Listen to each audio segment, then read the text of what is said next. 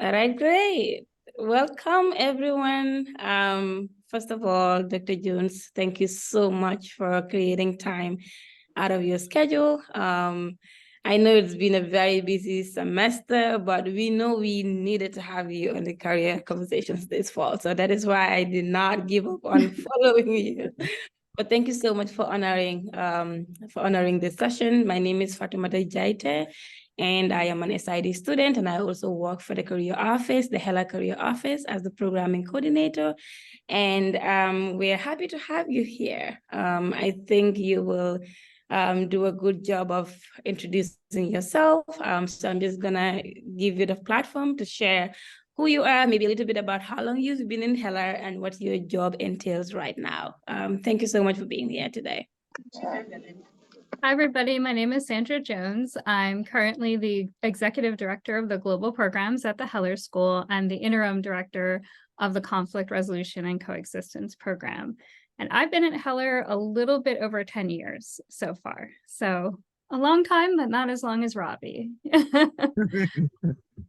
So I think, Fatu, you wanted me to kind of get into like how I sort of got into this field? Okay. So I'm kind of proof that you can take a meandering path to what you want to do. And it took me a long time to figure out what I want to do. And even just getting a PhD or the field that I wanted to focus on. So I grew up in Philadelphia. I grew up in a neighborhood full of, it was very diverse. And that it was kind of the neighborhood that you would see on the news at night, where it was kind of that place where there was a lot of crime and where, good things didn't come from it. And I had a very nice group of friends, but we were very diverse, very multicultural, but we also had one thing in common, and that was that we were desperately poor, and we were all in different scenarios in our home life that made our home lives very unstable. For example, substance abuse with our parents, poverty, abuse, things like that going on. So I saw, myself, a lot of violence when I was growing up, especially living in the city, and especially between people living in the city and the police. There was just a lot of conflict going on. And Philadelphia is known as the city of brotherly love, but it's also the city that's known for its very strong, racial segregation. And I tended to be in one of those more diverse neighborhoods, but it was really known for a lot of the problems that it had. So my whole life, a bunch of teachers were really my saviors in life. I had pretty much in every educational experience going back to grade school, I had a teacher that sort of took me under their wing and was looking out for me, because I would say that like right now as an adult, I can say that I was a very troubled child because I had a very troubled home life and I wasn't very well adjusted. So I had a lot of issues in school. And so I managed to get through grade school. And when I went to high school, I wanted to be a journalist. So I got into the creative and performing arts high school in Philadelphia, which is, I'm going to date myself, but there was a show called Fame that was very popular in the late 70s and early 80s that was about a similar school in New York. But I went to school with a lot of famous people. I went to school with Questlove from The Roots, and Leslie Odom, who played Aaron Burr in Hamilton. But I was one of the writing majors, so I didn't get to do the performance and the dance. I did do a minor in theater, but I didn't get to do the more splashy things at the school. But I really loved writing. And so I won a lot of awards in writing. You see Jasmine's like, what, really? Yes, I went to school with these people. It was really cool. And Boys to Men, by the way, but that'll date me as well. But I went to school with Boys to Men. And so like that really like shaped my experience. And at the time, college seemed like an impossible dream to me. I didn't think I would ever go to college. I didn't think I could ever afford to go to college. I was the first person in my family to be thinking about going to college. My father didn't even have an education past third grade. So this was a huge, huge deal for me. So I went and I applied to a bunch of different schools and I got in, and I decided to be a political science major because at the time they were telling you not to major in journalism because there's too many people who just had journalistic skills but didn't have content skills in certain areas. So I did journalism, I did political science and pre-law, and I got very, very, very into law. And so sort of like I was good at writing in high school, I became really good at legal aspects, and I won a lot of wars. So of course I decided to go to law school immediately after, but the problem is I couldn't afford college at all. I had to graduate in 3 years because we had no money. I mean, we were so desperately poor that like there was no way that I could afford college. So I did that. And then I started law school at 20, burnout, tired. I was in a very bad relationship. And I was overwhelmed because I was the youngest person in my law school class, and I didn't feel like I belonged there. So I dropped out, which was a huge deal. In fact, it was a huge deal for just about everybody who knew me. They were kind of really disappointed in me, and it was a very lonely part in my life. So I needed a job, right? I was out of college. And so I ended up working for a tech company that's sort of the sister company for IBM, but much older. And I ended up staying there, I like to say 7 years too long, working in the tech field in the late 90s when they were laying people off, and it was very stressful in a for-profit company. And at one point I found out that my mentors in college, who were a married couple, they ran the political science department. They were very adorable. They basically adopted me, had started a new program in peace building. And I was really interested in it. It was a master's program. So I decided to go there part-time while working full-time. And I absolutely fell in love with the field. It was sort of a homecoming because law was very hard for me. When I went, even the time I was going to law school, I wanted to be a defense lawyer, but they didn't really focus on that. And they actually discouraged you from going into that type of law. And there was nothing like the civil rights law or anything like that. And my few regrets in life, I'm like, oh, if I would have stayed, I could be doing some much more, kind of interesting law right now. But back in the day, they discouraged you from it. So they started this program. I started going to the program. I super fell in love with it. And at the same time, in the tech field, there were lots and lots of layoffs. So right when I was about to finish, I actually volunteered to get laid off, and I moved to Tanzania. And that was the best experience of my life. I helped my graduate program set up a research center there. I was the person in country setting everything up. I left my heart in East Africa, and it actually shaped what I ended up doing my dissertation on later. And I absolutely loved it. And so then I also started teaching. So I remember my first class when I started teaching. It was wonderful because I got to teach in the political science department I did my undergrad in, which was so cool. And for the couple that had taken me in during college. But I remember my first class, it was so scary. There was a younger man who sat in the front who looked very angry and it looked like he hated everything I was doing. And it was really intimidating.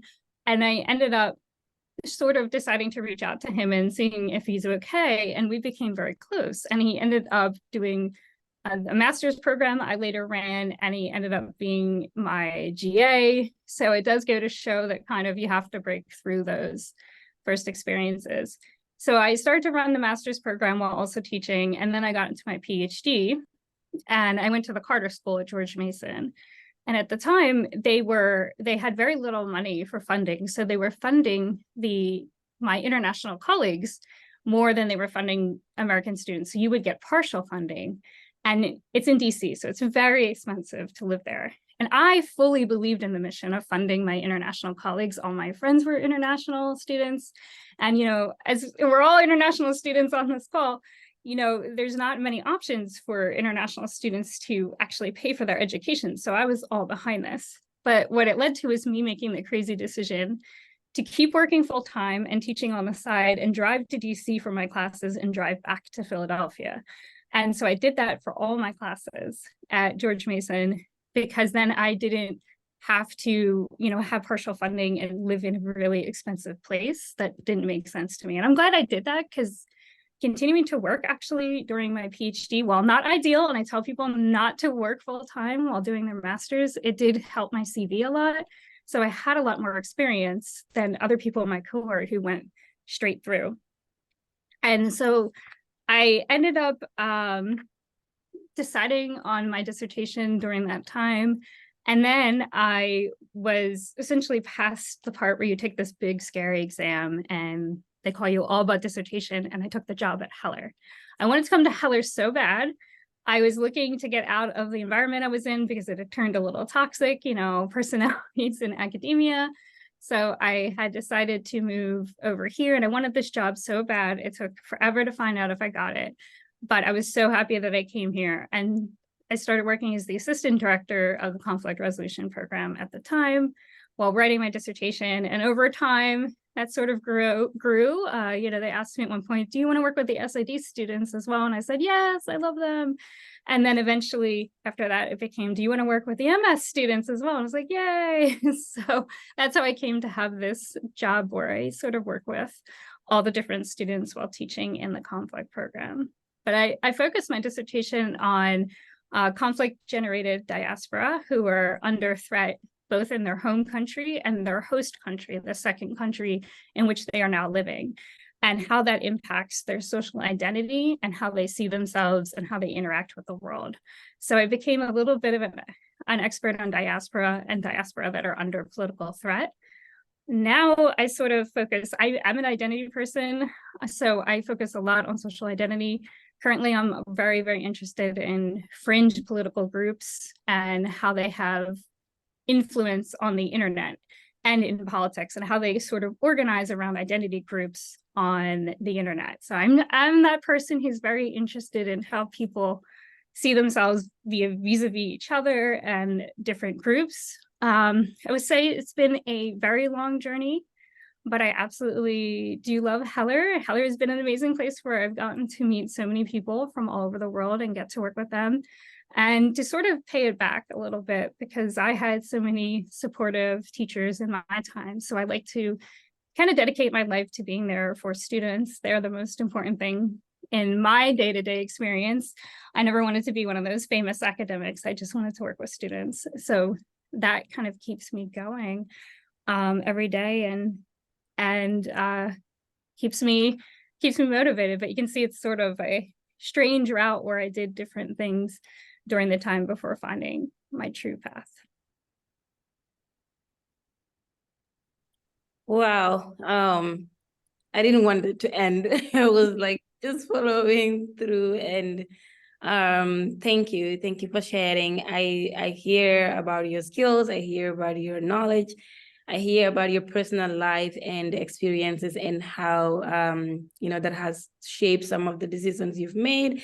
And I think personally, I actually like that because I think sometimes we will try to remove the person from the career, but then they're like very intertwined. And, I think it's important, especially at this point in our lives as graduate students, that we understand that because it's always in your face, right? How your life is in all the different aspects and then how that impacts your education at the moment. So I'm glad you mentioned that. And I also connected a little bit about being the first in your family to have an education, because that's true for me too, both on my father's side and my mom's side. My mom stopped in the in the third grade, and that was it. And then even with all my cousins, I was the only one who was fortunate enough to have a university education. So I actually got goosebumps when you talked about that. I'm like, yes, look at you now, Dr. Jones. So thank you so much for sharing that. And the students, I want to invite you, if you would like to ask questions, feel free to raise your hand, feel free to jump in when appropriate, or just send the question in the chat. We want to make this very interactive. So it's nothing formal. If you just want to have something to say, it could even be a comment, you're very welcome to share with us. And I would like you to talk a little bit about your career search and accusation, and what were some of the skills. If you want to center on conflict resolution or global programs, that's fine. But I just wanted to ask you about the skills that you feel like were really relevant in you getting a job and going from one step to another, right? What were some of the outstanding skills for you that you feel like made you, known and desired? And you talked about being asked to work with one program, and then as you went on, you were being asked to work with more. And I'm guessing it's because you were able to utilize those skills and, do something in your department. So if you could talk a little bit about that. So I got to this point in my career, especially no one ever tells you this, but the moment that first year after you graduate from your master's, sometimes it can be pretty depressing in certain ways because you're thinking that you're gonna like have the perfect job the minute that you graduate, and often it's sort of a step back. Like I definitely took a step back in salary and even what I was doing when I graduated, but I did it, to have different experiences. And then I just decided, I sat there in this job that I was like, okay, like I'm working in my alma mater. Everybody here has known me since I was 18 years old, which was awkward, to be honest, because I had also worked in admissions and other places in undergrad and then in my master's. So I decided that what I was going to focus on was adding as many things to my CV as possible. So when anybody came and asked me, do you want to do this task that's either cumbersome or not very interesting, I would say yes.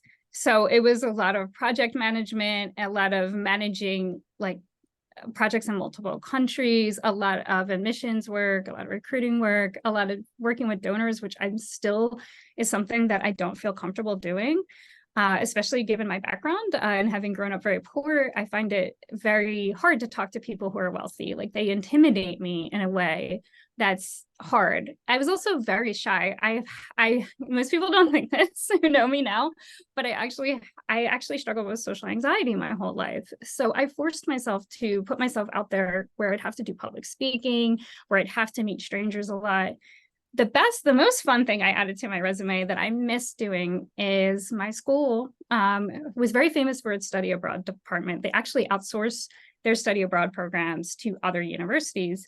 And the way that they would get their undergraduates interested in study abroad was they would do these short-term study abroad classes. So I volunteered to run as many as I can. And yes, taking students abroad is crazy stressful, but it was fun. So I ended up doing Northern Ireland, Costa Rica. I went to Ukraine 7 times. My colleague and I put together a class on what is happening now about the chances and the politics and the background that was going to lead to what is happening now. So the war in Ukraine has been really challenging for me because when they're showing things on the news, I've been to those places. Like I've been there. And when they're showing bombed out places, I went to Israel, Syria, Rwanda. I led entirely on my own, which was really exciting. And so I really love that because it tells you a lot of kind of like facets of people management, stress management, security management, logistics. And I thought that is something that, and also gave me a sense of, well, I still get stressed out. And Nabil was there one time when I dropped a bottle of water on my computer and I got very stressed out. But it did show you kind of like adaptability and being able to deal with very high stress and high tension situations, as well as, we were interacting with people from very high level international organizations and then trying to shepherd people different places, especially in Ukraine, which was challenging for me because I still know about 3 words in Russian. And I'm very bad with Cyrillic, so I would have to memorize the words. When I was in Tanzania, I tried learning Swahili and I was pretty decent at it. So that helped when I was in East Africa, although I've lost all of it now. So don't expect me to remember it. But I think going to Ukraine was very challenging for me and, making sure I got everybody to the right place and didn't get them lost. That would be a tragedy. A bunch of students that were, looking to you as a leader lost. But yeah, I think just signing up for as many things as you can do, because you never know if that really terrible, boring task that you didn't want to do actually is the one thing that somebody picks out of your resume that gets you the next job. Yeah. Yeah, thank you. That is a great answer. And I wanted to ask you, I think, question 2. And then we can come back to, I hear a little bit about what you've loved so far. Maybe we can talk about it more later, but I wanted to ask you about how your strengths, work against you in this role. And I was going to give an example, like, because I'm someone who I like working alone. And sometimes I feel like I get very comfortable in doing that, but then I learn a lot when I work with groups. But then, I'm very good at doing work by myself and, I can rely on myself and all of that. But again, it's not what I need to learn and step out of my comfort zone. I don't know if you understand the example I'm giving. Yeah. No, so I totally do. Talk a little bit about that. And Nabil, I see your hand, so we will come to you very soon. It's actually very similar for me because I used to be the person that you could just like sit in a room and give me incomplete information and I would somehow figure it out. I was always that student who was afraid to ask the professor questions and afraid to ask for guidance. So I would kill myself to not ask a question and I would do it all myself. At Heller, obviously, we're much more collaborative, and I am blessed. My team is amazing. Mary, Juliana, and Evie, who work for me, are the absolute angels of Heller, and we do everything collaboratively. So being able to move into an environment where we were doing everything laterally was very nice. But one of the things that you do kind of deal with in big organizations is differences in opinion. And let me just tell you, in academia, differences of opinion can go from 0 to 60 in 5 seconds flat. And I am not conflict avoidant. Like if there's a problem, I want to address it very quickly. I've noticed that in academia, people on par are more conflict avoidant than anything else. And so even if they have an issue and they say like, maybe they have an issue with you or they misunderstood something, they won't ask you, they'll talk to a third party about it instead of addressing it directly, which really challenges me, honestly, because I think conflicts are best when they're interpersonal or best just dealt with like right away. Or even if like I said something that hurt your feelings, like I'm a very open person. So I want the person to tell me like immediately so that I can correct it. But that has been, I will say that has probably been my biggest challenge actually in academia is how academics and other people approach conflict. Interesting. Yes, Nabil, please.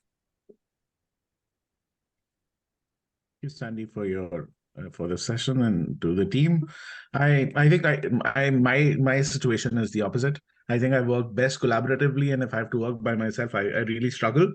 And I know I've done that even before COVID. I was working from home and I was doing a lot of collaborative projects, but it took the life out of me just sitting by myself without having that conversation with someone. I love those water cooler talks, and that's how I, sort of connect with people. I do have a question. Your career has been very non-conventional, right? In the way that you've picked up, and so it's something that I can resonate with. It's something similar to what I've done, but for unconventional careers that are applying to conventional places that look for like some continuity in terms of that. So how uh, are those good places to apply? What is the best way to apply to those places? And if you are looking for non-conventional places, like what are the best ways to look for non-conventional places? Because like, as an international student, you do not know one employer from another. So what's the best way to, sort of look into what are some of the unconventional leaders of the field that you want to follow? So that's something So I will say first with conventional, it is so hard to do your resume. Can we just have some real talk? I can't for the life of me. Like I cannot talk about myself. But if somebody else gives me the resume and they have a lot of not traditional things, I can find ways to connect it to whatever they're applying to, because it's like, oh, I'm not the person. So I'm taking out of it the stress of feeling inadequate, right? Because there's so much about applying for jobs that makes you feel inadequate. So my one big recommendation is always to get somebody else to look at what you're applying to and then look at your resume and help you figure out, because a lot of these skills, and they don't sound like they are actually applicable to these other places. You just have to sort of prove it to the person that's reading it.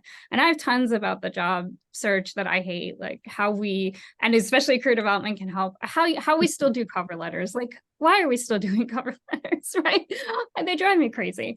But, kind of trying to fit yourself into that mold. Now, the one interesting thing is actually being in the conflict field, I run into more often than not people that are unconventional in the field. They got in it through a different field, like often development for us is like somebody who was a development person and then got into this because they realized that there is no development situation currently that doesn't have some kind of conflict in it. It doesn't have to be an armed conflict. The other thing I would notice is that this is going to sound a little funny, but reading in between the lines of people's CVs, because you will find more often than not, people get very good, especially when they're later in their career, at presenting their path is linear when it wasn't. And so I think the best thing you can do is even go and have informational interviews with people who you find interesting or vibe with, or even ask them questions when you meet them, because people do love talking about themselves and how they got here. usually almost everybody will stop and talk to you about that. But when you have them actually talk about it, you'll realize that they're not linear either. They're just got very good at selling themselves. And so I think like having a personal brand sometimes helps. I've never created one myself, but I think sort of trying to like, you know, focus yourself. And you're going to have to change your resume constantly. Like I see Modesta really needs help. You're going to have to constantly change it for every job, which I also hate. But, you know, you're going to find that you're going to end up with like 3 or 4 different versions of your CV or your resume over time. And Modesta, you're amazing. You're going to get any job. Anybody would be blessed to have you. Thank you. I just had, and I think that's a question more probably down Jasmine's category, but in terms of like, you know, having done different fields, right? So is it okay for you to, for example, if it's, let's say, a development-based job, and you have done some non-development work, to actually exclude that from your CV, so it doesn't show chronologically that you have some time missed out? Is that okay? That's a good question for Jasmine. Yeah. Hi. So I am kind of half in the meeting, so please forgive me. Yeah, I mean, come meet with me. Every situation is different. Every opportunity is different. So I don't think it's useful to have a one size fits all approach. And I love meeting with folks, so come meet with me. I've even noticed that too, like no one size fits approach. And I've asked Jasmine for advice on resumes before, and, you know, even my own career path before. Sometimes it just takes getting yourself out of your head, or even out of, like, I know Nabil and I talk constantly, but getting yourself out of somebody who you're really close with too can help, right? Because that person knows so much about you, that they start to get into that mode too. And so having someone really objective who doesn't know you as well is really great to look at your resume. Right. Thank you. Thank you for the great questions, Nabil. Anyone else? I'm seeing, okay, a couple of other students are just joining. Welcome, everyone. Someone just sent a question. Oh, Nabil said, please, I need to go to a beach in this weather. I know, I think we really do need to go to the beach. Thank you, Nabil. We will think about that. I wish we could move Heller to a tropical beach. That would be perfect. Yeah. Okay, so students, just to remind you, if you would like to ask Dr. Jones questions, send them in the chat, raise your hand, or just jump in when you can. And the follow-up question for that is for you to talk a little bit about some of your highlights. What are some memorable projects throughout your career journey that you look back on and you are happy with the decisions you've made or the skills you've learned? What are some highlights? I like how you talked about Tanzania. I'm hoping to get an experience in East Africa one of these days. Yeah, and actually Tanzania is one of those situations where I really learned a lot about myself. I was the typical American. You all will laugh. I came to Tanzania where everything is so much slower, and I hated it. For the first 2 weeks I was there, I was like, why are people not on time? Why is everything like tomorrow instead of today?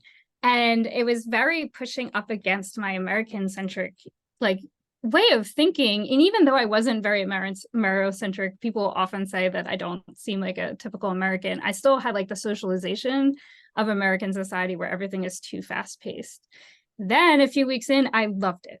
I literally loved it. I thought it was amazing. Like, you knew everybody, you know, you'd walk to your office, you knew half the people in the town on the way there.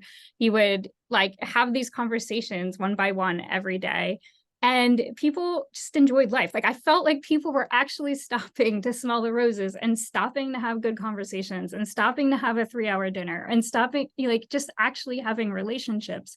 And I made so many friends from Tanzania that it just felt like a community, you know, and some of those friends, you know, you would need something, like say something broke. Like, I remember one time my shoe broke and I wasn't sure where the best place to get a replacement shoe. And by the time I even had the question out, like 3 of my Tanzanian friends showed up with shoes in my size somehow. They like somehow knew.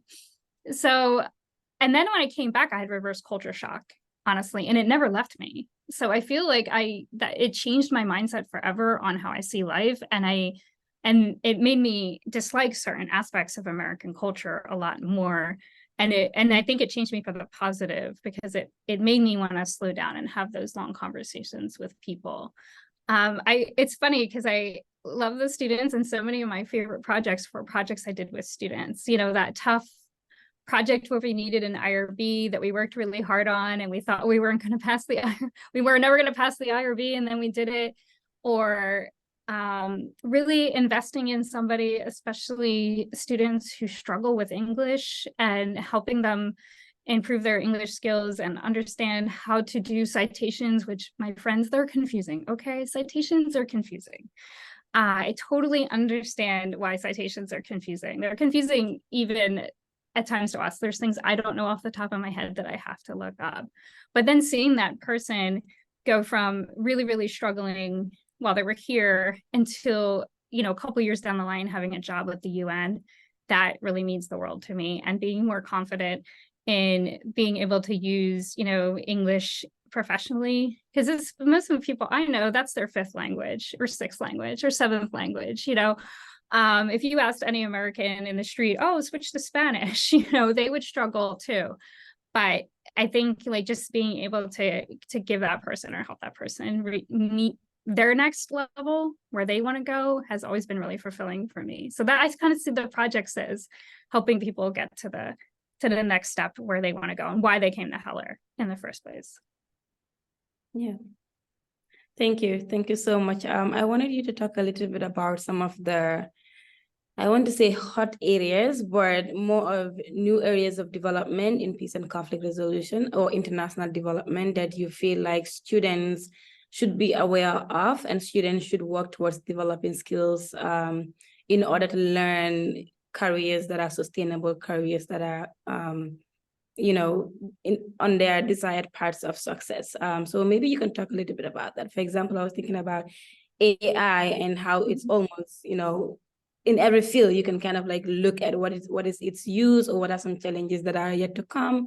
And I don't know if you want to specifically talk about AI, but perhaps other areas of career development that you feel like for the students that are here, they need to start looking at and start considering how to have skills in those areas in order to stay relevant. Yeah, so I would definitely say tech. Like I would start tech and climate change are my two areas. With climate change, you don't have to be a technical person in the climate change field, but I think knowing a lot about climate change and how it applies to your particular academic field is really useful. I mean, it's going to be, for me, it's where the three fields actually completely overlap and intersect. We know that climate change is the most pressing development issue in the world right now. And we know that it has serious, horrible impacts on health, and that it is a major driver of conflict and is going to increase as a driver of conflict, especially armed conflict. And so I think like just knowing about climate change and how that applies to your particular profession and what your profession is doing is really good. For tech, I mean, obviously I have a tech background. I used to program. My husband's a programmer. So I really think like even just knowing how to understand things in the tech field, like how to understand what AI is. You don't need to know how to do it. You just need to be in that, say, cocktail conversation about AI. I do think AI is very scary and in many ways, and it is kind of going in directions that may not be great for people and humanity. The other thing I would say is there are plenty of resources to learn how to program. I know that used to be the thing a few years ago, learn how to code, but there are some coding languages, especially Python, that are useful in both research and in nonprofit work. I also have been very big advocate of people learning how to do creative things that a lot of nonprofits are doing, like podcasting. A lot of nonprofits are creating their own podcasts. They're looking for more and creative and engaging ways to reach younger generations. So if you're an expert in social media, if you're an expert on those type of, podcasting and other things that students are really into, or YouTube, I mean, how do you even create a video? How do you do audio? you will actually find that there are people looking for people with those skills, because most nonprofits are run by people several generations older who don't really understand where the technology is going. I also think it's, at least in the conflict field, is where a lot of information is being shared now, is more over social media. And how do you write pithy, how do you present a complex thing?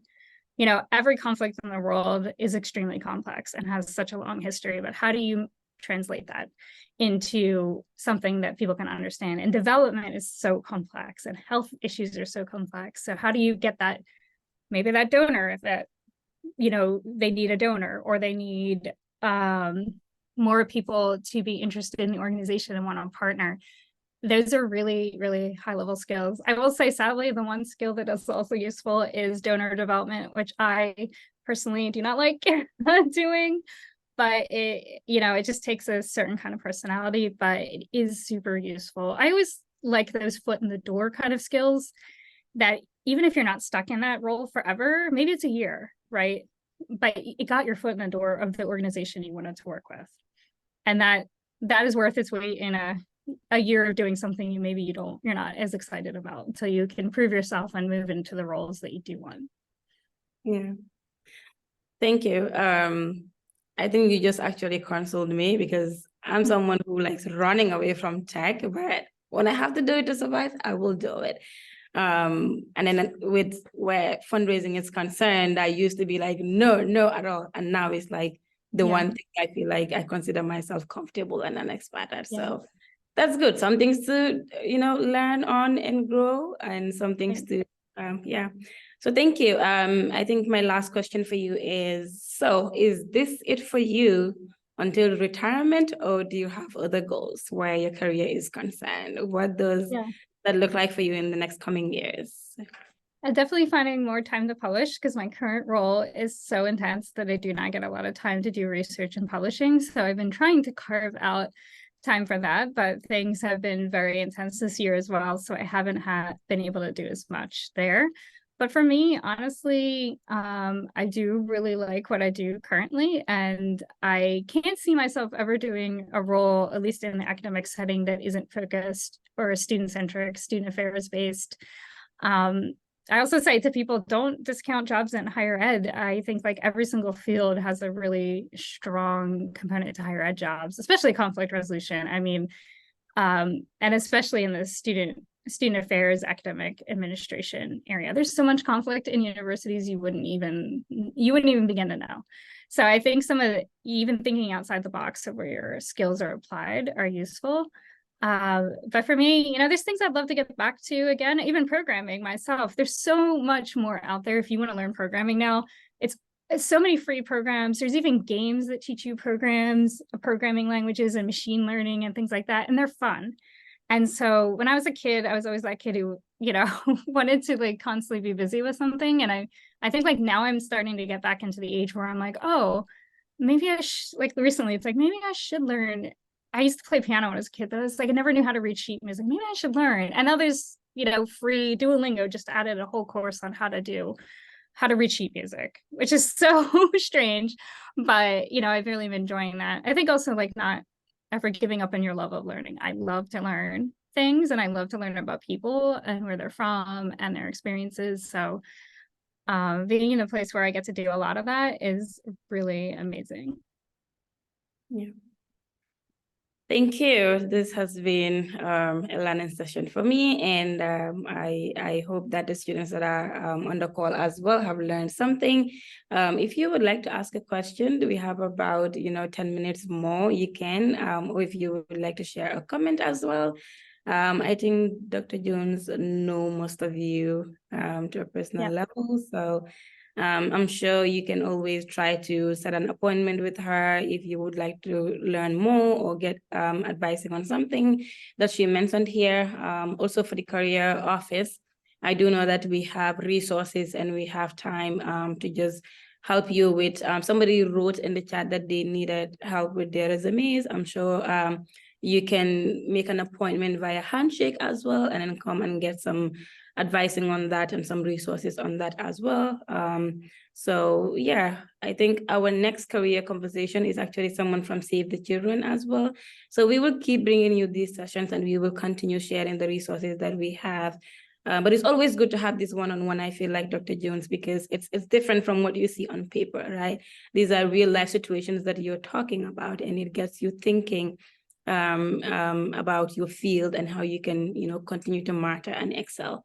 So thank you so much for your time today. If you would like to share anything with the students in the next minutes, you can, and then we will wrap up the session. Yeah, so I think, one of the biggest pieces of advice I can give to everybody is the one that was very hard for me, is to not compare yourself to others. And I still do it. So, but, I will say, as somebody who works with a lot of people who are struggling, the person that you think has everything put together, who's sitting next to you, they don't. They are probably coming to me or coming to Jasmine or coming to other people, and they're just as stressed about their situation. They're just better at hiding it.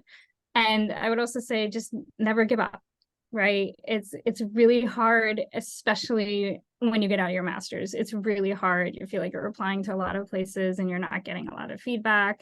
You feel like, oh gosh, I didn't connect enough. I didn't do enough when I was in my master's. All these things are going to go through your head. And if you just keep plugging away at it, you will see it. And it's also nice to follow people on LinkedIn, and look at them when they're 3 or 5 years out, when they're really doing some cool jobs. Actually, I have one of my alumni coming to see me tomorrow, is doing an amazing job that I am sure, he's from Pakistan, that he would never think that he would ever get. Like, if I had talked to him 8 years ago, he would say, like, there's no way I would have this cool of a job. And so I think it's just kind of believing in yourself, which is hard when you graduate and when all the self-criticism comes back to roost in your head. But just keep at it, and keep and do self-care. Like, when you're in the job search, there's a point in time when you're going to say to yourself, like, well, I should do some more applications. Like, I can't take a break. No, take those breaks, because those breaks are going to make you better at those applications. You have to give your brain a break, especially after grad school, when you're going to be burned out after grad school. It's going to be crammed full of so much information, and you're going to just be like, what? If it's a walk with a friend, if it's going out to have that drink or that food. For me, it was video games. I love video games. Just somewhere where you can escape and shut your brain off for a little while. You're going to need that. Yeah. Before we actually started this call, I had a consultation session with Dean Waddell, and Modesta, Dean Waddell just extended an invitation to you. So I'm going to follow up until you show up at our office. But yeah, I honestly like how truthful and honest you are about your journey. And how you were talking about it in terms of, it's not like everything is merry and everything is great. Once you get the skills, you're going to land that beautiful job, that desired job. And I think for me, that's something I continuously try to remind myself of, because right now I'm not applying for jobs, but I'm applying for internships, right? And the way I thought it would be easy, it's not as easy as that. So I'm continuously trying to say, okay, should I apply for this, or should I take a break now? Even if I do right now, with the way my mind is, will I give this application the best that I can? So thank you so much for your insight and for coming to our career session. Thank you to all the students. I know right now things are very hectic. We're trying to do finals and trying to do applications, and the semester is ending. And especially for the international students, it's getting cooler by the day. But thank you for attending this session, and I'm hoping to see everyone in the next one, which is an alum from Save the Children. So we will get out more word about that. So thank you so much, Dr. Jones. We are very honored to have you today. It was an honor to see all of you, and I hope you all have a great break and believe in yourself. You all belong here, and you're doing amazing work. Thank you, everyone.